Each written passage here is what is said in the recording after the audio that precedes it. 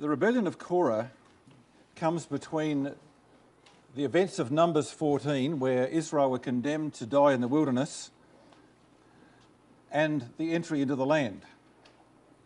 There is almost 37 years of silence over the record, from the time that they were condemned in Numbers 14 until the time they arrived at the borders of the Promised Land. When you go to the scriptures, there's 81 chapters in the first 2 years of the wilderness wanderings, and 4 chapters on the last 37 years of the wilderness wanderings. But what God has recorded in that 37 years, in 4 chapters, is recorded for a very good reason, because we have a very classic scenario of pride and rebellion in ecclesial life. Ambition, envy and evil speaking constantly assert themselves in ecclesial life. There are also lessons here about putting God before family and loyalty to God above relationships. And we're going to see in the sons of Korah, a family in disgrace make good. That out of tragedy came a very positive outcome because they made a stand against family. In most people's life, there comes a time when you have to make a stand on principle. A stand that may cost you very dearly in your relationships. Sometimes even the family that you love. For some of us, it was when they came into the truth and they were rejected by their families. When my mother was married to a Christadelphian, not one of her family would attend. For others, it's when their family leave or reject the truth. And we have to make a stand for principle. Because the Bible is full of entanglements where a stand was not made and disaster followed. Think about Eli and his sons. Perhaps even the sons of Samuel. Think about Peter and Barnabas. When they were at Antioch, they dissembled hypocrisy, removing themselves from the company of Gentiles. Peter, who'd been to see Cornelius, who'd had angels involved, visions that God would accept those the Jews regarded as unclean. He and Barnabas, a good man, full of the Holy Spirit and of faith, committed hypocrisy because they were related. David with his sons. Jehoshaphat, of whom God said, "Shouldest thou help the ungodly? Shouldest thou love them that hate Yahweh?" And you see, sometimes we're called upon to make a stand for principle, even against family. And we can learn that lesson from the sons of Korah. So let's remind ourselves why we're considering the wilderness generation. These things are written for our admonition, upon whom the ends of the age are come. And if we really believe these are the days of Lot, where Lot lost his whole ecclesia,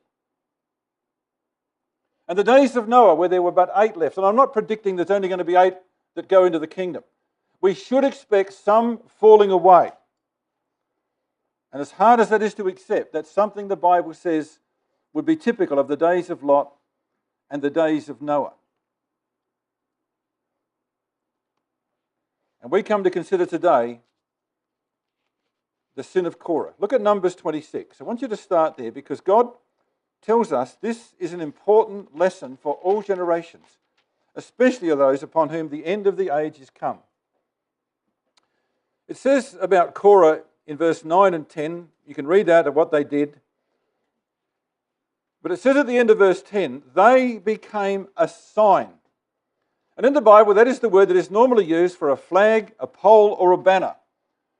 God sets this up as a very prominent sign for all Christadelphians to look at. A lesson for all generations. It's used by Jude and by Peter, warning about the danger of error from within the ecclesia, of men who would tear down those in responsible positions with their evil speaking and their accusations that they would make. And he uses Korah as the prime example of that. He became a sign. Now, why did this happen? We'll come back to Numbers 16 and let's look at the scenario that led to the rebellion of Korah. It says there, now Korah the son of Izhar, notice that, it's not there without reason. The son of Kohath, so he's a Kohathite. Kohath was a son of Levi. The son of Levi, and Dathan and Abiram, the sons of Eliab, and On the son of Peleth, sons of Reuben, took men. So we have a group gets together which consists of Kohathites and Reubenites. Now, why such a grouping? Well, it just so happens that they were aligned together in the camp. When the camp of Israel was set up, the Kohathites were alongside the Reubenites. So there was an immediate contact between the two. They were adjacent on the south side of the camp. The important thing about that is that both parties had reason to have a grudge against the leadership. Think about this. Both located together, they had both been overlooked for prize roles in the house of Israel. Reuben had lost the role of the firstborn in the family of Jacob. As a result, the kingship went to Judah. The priesthood went to Levi. It was normally the role of the firstborn to be the family priest. So there was a grudge in the Reubenites. When you come to the family of Kohath, there were 4 sons of Kohath: Amram, Uzziel, Izhar, and Hebron. The family of Amram had Moses and Aaron. They got the priesthood and the leadership of the nation. So Amram, who was not the eldest son of Kohath, got the big jobs, the leadership of the nation and the high priesthood in the family of Aaron. Uzziel got the chieftainship of the tribe. You can check this out in Numbers 3. Uzziel was given the chieftainship of the tribe. So the head of the tribe of Kohath was Uzziel. We know nothing about Hebron, what happened to him. He was probably quite content just to be a Kohathite, because to the Kohathites were given the charge of the vessels of the tabernacle, to carry all the boards, the tents, the furniture of the tabernacle. But when it came to the ark, there was one particular family of Kohathites that looked after the ark, and that was the family of Uzziel. So he got the chieftainship and the control of the ark, the most precious part of the tabernacle. And the family of Izhar were left to carry the boards and the tent. So there was already grounds for them to feel they had been overlooked. But it's a grave error to ignore God's choices. God had chosen Moses and Aaron and appointed them to their roles. He'd chosen the family of Uzziel to carry the ark. Korah had the privilege of being a Kohathite, to actually have the privilege above all the rest of Israel and above the rest of Levi of bearing the holy vessels of God. But he wasn't content to stay with that. Instead of rejoicing in his very responsible duties, he sought the priesthood also. He incited envy and discontent among the Reubenites. Can you imagine him stirring up the Reubenites? Well, I've been overlooked and so have you. And who does Moses and Aaron think they are? You know, Psalm 106 verse 16, the divine commentary on this says, they envied Moses and Aaron, the saint of Yahweh, the chosen of Yahweh, the set apart of Yahweh. They envied Moses and Aaron. That's the divine commentary in Psalm 106 verse 16. And the lesson is, bad company ruins good morals. In Australia we have a saying that you sleep with dogs, you'll rise up with fleas. And they were stirring each other up in envy and bitterness. There had much lobbying gone on, because by the time it becomes public, there are 250 printers of the assembly involved in this. And they are men of renown, famous in the congregation. They've got all the people lined up on their side. And there was a great difference in the way they saw their rebellion as to how God saw it. You know, they said they gathered themselves together against Moses and against Aaron. So this was a direct attack upon the positions of Moses and Aaron. That's what they thought they were doing. But that's not what God said they were doing. God says they're attacking me. It says in Numbers 26 verse 9, they strove against God. That's the divine commentary. In Numbers 27 verse 3, they gathered themselves together against Yahweh in the company of Korah. So all of these 250 plus the leading candidates in verse 1 were all actually rebelling against God. But that's not how they saw it. They thought they had a right to challenge Moses and Aaron. So what the people saw happening was not what God saw happening. And God has to appear twice in this record. In verse 19, we read this. And the glory of Yahweh appeared unto all the congregation. You know, there are not many times when the Yahweh angel comes and stands and is seen by the whole congregation. And again in verse 42. And behold, the glory of Yahweh appeared in the cloud above the tabernacle. So twice God makes a definite physical appearance in this record, in the person of his mighty angel. And then he gives them the sign of the almond rod in chapter 17, an almond rod that budded into life from being dead. So 3 times God affirms his appointments by appearing in front of them.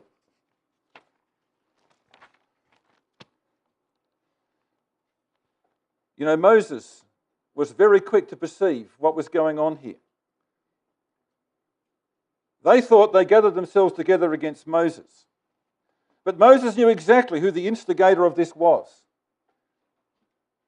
Korah had brought strange fire to the door of the tabernacle, and he would get the same treatment as Nadab and Abihu had received, divine fire. They gathered themselves together against Moses. The blame was squarely laid upon Korah by Moses. His name actually means ice cold. And he was burnt up with fire. Quite interesting. You know, Moses said, shall one man sin? Now there's 250 odd people standing there. And he says to the congregation, this is the sin of one man who's done this, who stirred these people up. Jude says they perished in the gainsaying of Korah. And 250 princes were burned with Korah, while the families of Dathan and Abiram were swallowed up into the earth. And Korah, brethren and sisters, incredibly accused Moses, the meekest man on the earth, of arrogance and pride. You see, cunning people who want to get a following are very articulate at stirring up their followers, who are usually less articulate in the way they express themselves. So look at verse 13 of Numbers 16. You know, when it gets down to the troops, when it gets down to the lower levels of the rebellion, they say this, is it a small thing you brought us to a land flowing with milk and honey? Out of a land of flowing with, out of Egypt, out of slavery, out of making bricks with no straw, out of watching their babies being thrown into the river Nile to be eaten by the crocodiles. Is that a land of milk and honey? But they are so convinced by Korah that they come out with ridiculous statements. And you see, that's what happens when you have these rebellions in the brotherhood. The less diplomatic actually say all the spite and the bitterness that they hear from the articulate leader. And we have seen this in recent times with the challenge of women speakers that went through the world, and particularly in Australia and in England. They can make verses in the Bible say exactly the opposite to what you read. Turn them completely on their heads. And we now have the GDE group, the God-directed evolutionists, who can make the Bible meaningless. There is no image and likeness, they say. There is no dying, thou shalt die. Adam was mortal before he sinned. All of those things they can say and teach from the Bible. But you really only find out what's going on when you listen to their less articulate supporters and see the bitterness and the ambition that has been spread, even in our generation. And it's spread by what the Bible calls gainsaying. I want to explain that term, the gainsaying of Korah. It's a New Testament term used by Jude. It only occurs this one time in the New Testament. It means against the word. Antilogia. Against the word. In other words, contradicting the word, but especially by misapplying the word. So making the word say something it does not mean. Using the word in the wrong context. Putting together parts of verses to preach what you want to preach. This is antilogia. Now look at the examples in verse 3. This is what they say. You take too much upon you. So that's their thought. We want your job. And here they quote the Bible. All the congregation are holy, every one of them, and the Lord is among them. Now they were two Bible quotes from Exodus 19 verse 6 and Exodus 29 verse 45. So they picked up two part scriptures and put them together in the wrong context. You see, when there's a challenge to the brotherhood's doctrine, it always comes in the terms of piety first. We are trying to save the brotherhood. So it always comes across in those terms. And then it is expressed as an equality issue. It was that with the women speakers. You know, God's given us these abilities. We have to use them. We have equal right to be heard. And these guys were demanding equality with Aaron and Moses. So you see, they misapply the scriptures. Yes, God's congregation was holy, but they were not Moses and they were not Aaron, the saint of Yahweh. It does not mean they could take over their roles, but they were using the scriptures against Moses. And then we come down in verse 9. Moses said, is it a small thing that you've left your role? So they quote Moses' words back to him in verse 13. This is Dathan and Abiram. And when you get down to Dathan and Abiram, you really start to see the incredibly subtle things that Korah is saying behind the scenes. You see, people like Korah rarely stand up at the front of the rebellion. They go around and they incite other people who are less articulate, who come out with the most horrible sayings. And they say this to Moses. Is it a small thing? You see, that's quoting back Moses' own words. Is it a small thing? In verse 13, Egypt is a land flowing with milk and honey. Didn't they remember the babies that were thrown into the Nile? That is hardly a land of milk and honey. What about the slavery? The oppression to which they pleaded to God to rescue them from? You see, they're misusing the scriptures, aren't they?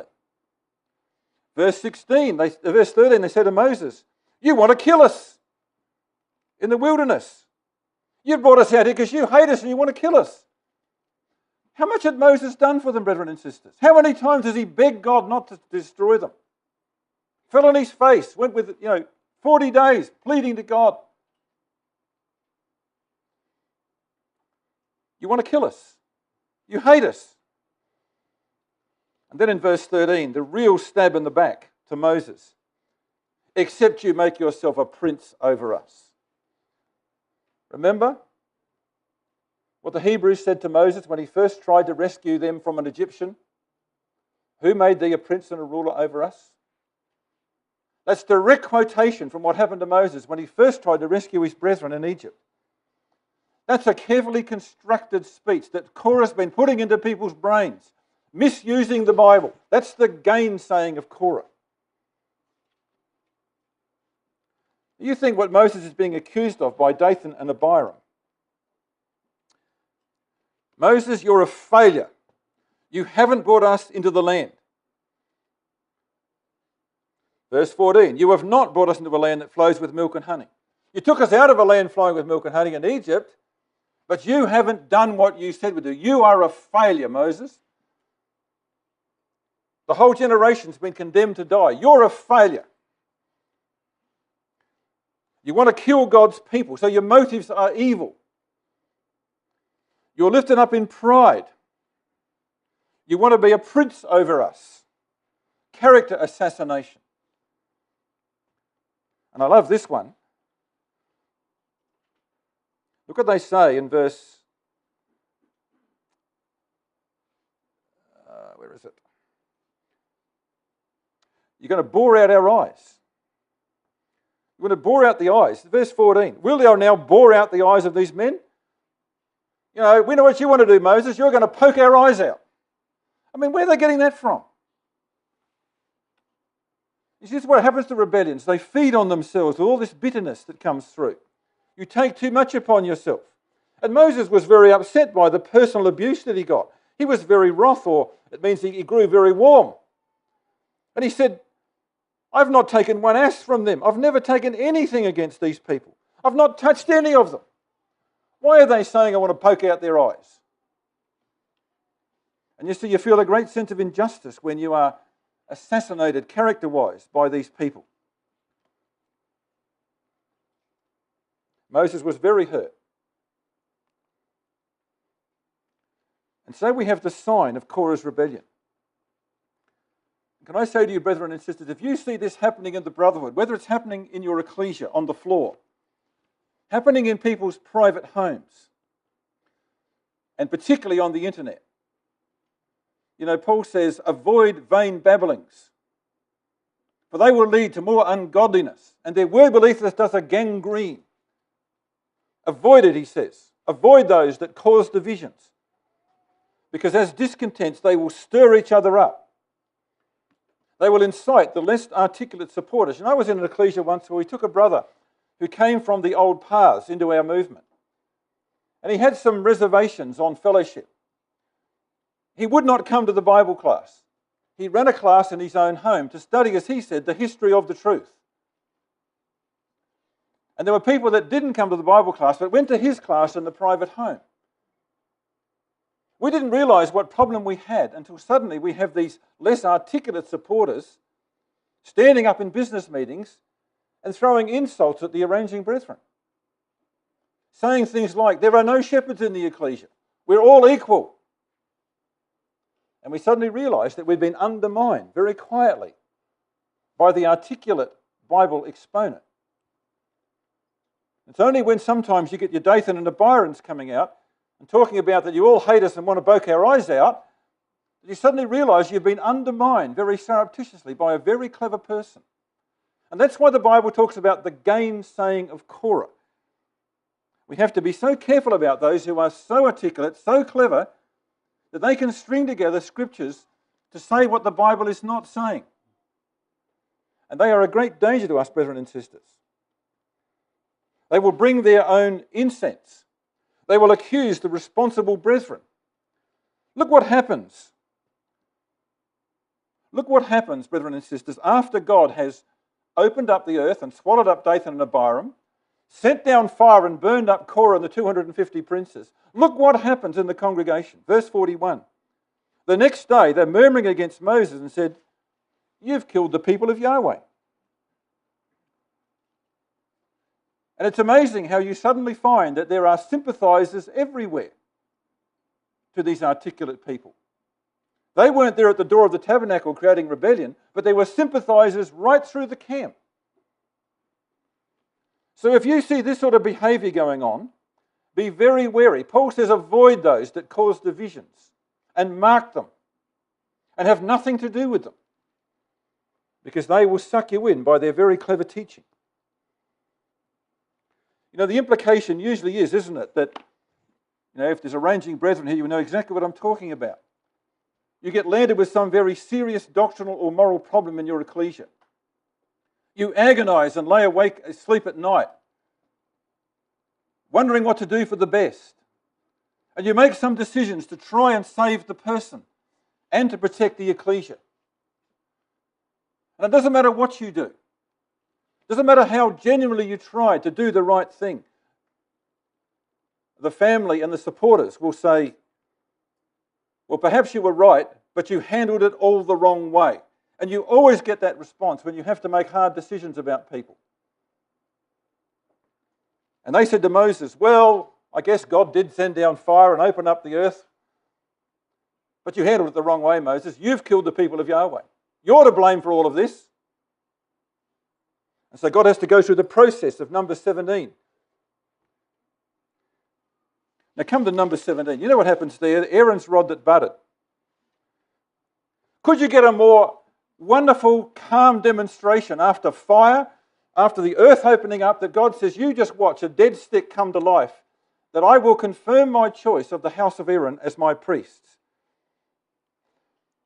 Would the people be convinced? We'll look at verse 11 to 13 of Numbers 17. And the children of Israel spake in verse 12, saying, oh, you're going to kill us all. We're all dying. No good, we're dying. You come near this tabernacle, we die. We're going to be consumed with dying. It's all pointless. We're wasting our time. You know, what a faithless generation they were. Could you have any more demonstrations of the power of God than they had seen those 2 days? And they still say, it's all too hard. It's all too hard. You're all too inflexible. We can't cope with this. No wonder God said, if they should enter my rest, if they should enter, they won't get there, says God. This generation is absolutely hopeless. The silent sympathizers came to light. And you know, whenever there's an ecclesial issue, there are always those who sit on the sidelines, who are silent sympathizers, who don't want to be known, but are supporting quietly those who are preaching error. Well, let's come to Numbers 26. In Numbers 26, we have the divine commentary on the matter, and particularly it brings us to Korah's sons, which is where we want to end up today. It says there in verse 11, notwithstanding, the children of Korah died not. Now, we don't know at what stage Phinehas became an influence upon the sons of Korah. But there was something about these boys that made them make a stand against their own father. And when you consider that in Israel, honouring one's father was a prime responsibility, this was not an easy thing to do. You know, Moses made the challenge, depart from the tents of these wicked men. And people did move away from the tents of Korah, Dathan and Abiram and separated that family, isolated. And then the sons of Korah had to leave their own family tent and put the principles of God above loyalty to the family. And then stand with Moses and Aaron and Phinehas and watch divine judgment fall upon their father and probably their mother and some of their siblings as well.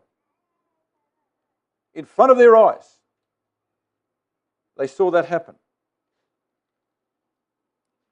You know, that, brethren and sisters, is a remarkable thing. Jesus was to say, he that hateth, or he that loveth father and mother more than me, is not worthy of me. And you can imagine the horror they felt as their father was consumed by divine fire. To whom would they go for comfort and for encouragement? Well, they went to Phinehas. You know this verse in the 1st of Chronicles chapter 9, when David and Solomon are setting up the temple. And David and Samuel had written down that the order of all the way the temple would be serviced. And all the different roles of the priests and the singers were laid out by David and Samuel. And we're told this in the 1st of Chronicles, 500 years later. Think about that, 500 years later, we're told this. Shalom the son of Korah, the son of Abiasaph, the son of Korah, and his brethren of the house of his father, the Korahites, very specifically the family of Korah, were over the work of the service, keepers of the gates of the tabernacle, and their fathers, being over the host of Yahweh, were keepers of the entry. And Phinehas, the son of Eleazar, that was ruler over them in time past, and Yahweh was with him. And Phinehas was the son of Aaron, the high priest elect, a younger man at this stage of the rebellion. But he'd influenced the sons of Korah, and he took them under his leadership and his guidance and made them his personal assistants. And there was now an alteration to the way that the things had been set up, that the sons of Korah now got a special role under the high priest elect. The duties of the sons of Korah described in Chronicles are these: guardians of the sanctuary, responsible to open the doors every day, care of the sacred vessels, handling precious substances such as the incense, and acting as doorkeepers. And the sons of Korah became dedicated attendants to the high priest-elect. Whereas in the law of Moses, all of these duties were the duties of the high priest-elect. He could now share them with the sons of Korah down through history. You go through and you do a comparison of the duties of the high priest-elect in Numbers 4 against the duties of the sons of Korah in the 1st of Chronicles chapter 9, and they're exactly the same duties. So Korah was given them as apprentices, Phinehas was given them as apprentices, that he might train the sons of Korah in the duties of the tabernacle which were his. It's quite remarkable, brethren and sisters, how long this continued. We can trace the sons of Korah for at least 800 years of Israel's history, because Phinehas took them under control and made them doorkeepers in the sanctuary of God. Just think about the history of the family of the sons of Korah. There were 3 boys, Asir, Ebiasaph, and Elkanah. And you will find the name Elkanah goes right down through the line of the family of the sons of Korah. It's a very common name in that family. Taken over by Phinehas, they learned the value of faithful doorkeeping. You see, Korah had brought his rebellion to the door of the tabernacle. Dathan and Abiram said, we're not going anywhere near it. We want nothing to do with Moses, Aaron, or the tabernacle. We're going to stay here in our tents. We will not come up. They refused to meet. You often find when people are preaching heresy, they don't want to meet the arranging brethren. You can't get a straight answer from them. They will never say yes or no to a clear question. But Korah brought it right to the door of the tabernacle. So they became guardians of the door to protect God's place of worship and to follow the zeal of Phinehas. Now Samuel was a Kohathite and he was a son of Korah. Did you know that? He was a son of Korah. And you think about the only thing the Bible says that the child Samuel did in his apprenticeship under Eli. He opened the doors. That's the only thing the Bible says about Samuel as a child. Because he was a son of Korah. And in that particular generation, because the family of the high priest had nothing but baby boys who could not take the job for 30 years as high priest, God put a son of Korah as high priest in choosing Samuel to be his priest, the faithful priest. He went outside the family of Aaron and chose Samuel, a son of Korah, to be the high priest for that generation. Because of the faith of those boys and the dedication of Phinehas to train them in the godly things of the temple. It wasn't resumed until the 1st of Samuel 14 verse 3, when you find that Ahiah or Ahimelech takes over the priesthood from Samuel. For that whole generation, a son of Korah was high priest. You see, what Korah wanted by stealth and by rebellion, God gave to the sons of Korah by goodness and grace. Quite remarkable when you think about it, isn't it? Heman, Samuel's grandson, led the musical order under David, given charge of the eastern and northern gates. And the Bible says in the Psalm of the sons of Korah, Psalm 84, where their policy statement is laid down, God says this: no good thing will he withhold from them that walk uprightly. And God gave them the priesthood and the musical control, as well as the door. And they became faithful doorkeepers. Because God needs people who are willing to stand up and say that there is holiness in the house of God and sin and error will not enter in. The door is where God's priest should abide. And God said to Nadab and Abihu, I will be sanctified in those who approach unto me. And it was at the door that Nadab and Abihu were slain. We must not allow strange fire to come into the house of God. It was the place where Zimri brought in the priestesses of Moab to challenge Moses in Numbers 25, the sin of Balaam, at the door of the tabernacle. And Phinehas certainly sorted that one out. The door was abused by Eli's sons, laying with the women at the door of the tabernacle, driving people away from worship. Men abhorred the offering of Yahweh. But Samuel opened the doors.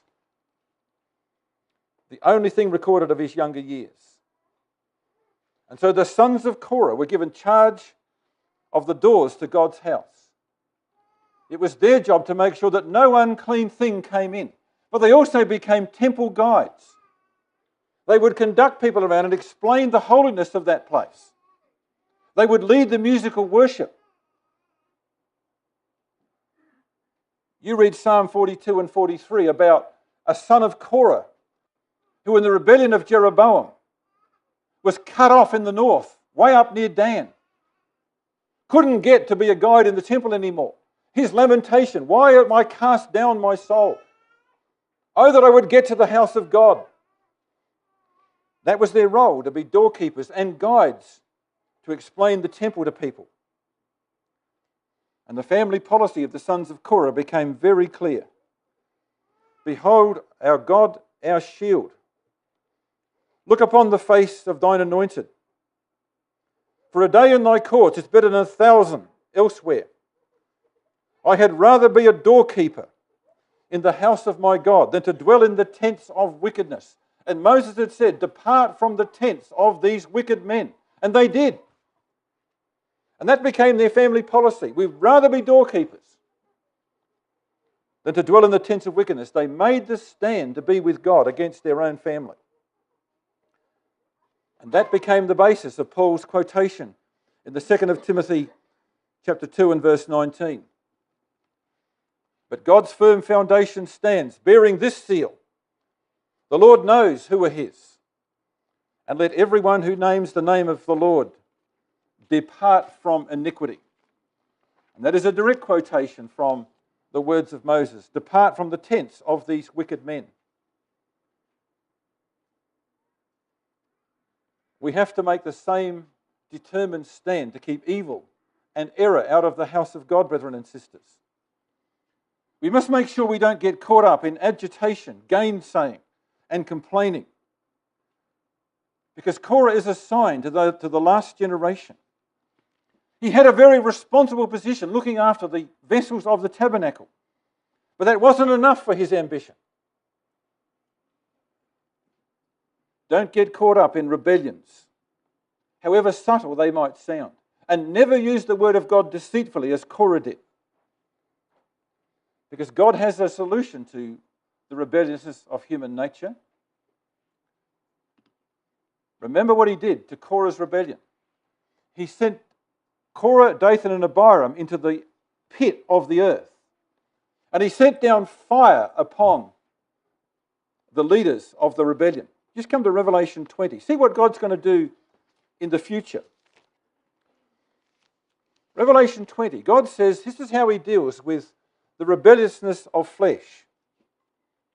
He's going to take the old serpent in Revelation 20 and verse 3 and cast him into a bottomless pit because flesh has always been rebellious against God.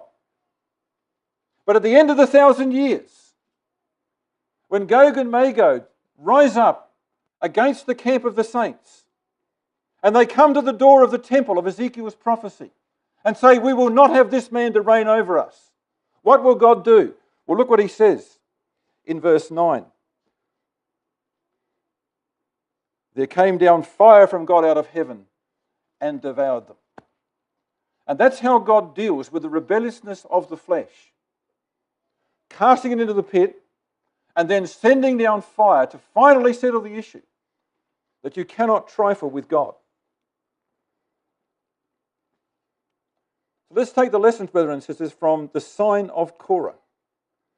Avoid murmurings and unrest based upon envy and pride. The key sign, says Jude, of these teachers like Korah is they speak evil of dignities. What that means is they love to pull down the reputations of the brethren who are trying to lead and guide the ecclesia. Most arranging brethren would wish they were somewhere else when they have to deal with some of these issues. They can't sleep many nights worrying over whether they're doing the right thing. But to have their characters assassinated, to have their motives imputed as evil, is something God will not tolerate. So avoid getting involved in envy and pride, and watch out for the critical spirit behind it. Always put God first, even above family, and that can be very hard to do. How often have you seen a brother or a family who've had a very strong policy on some issue or other, and then it happens in their own family and they go right across the spectrum and use the same scriptures to say the opposite because family is involved? And we've got to keep the door of God's house with vigilance.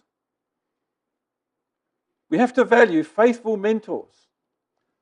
You know, Hebrews 13 verse 7 says, in Weymouth's translation, remember them who are the guides,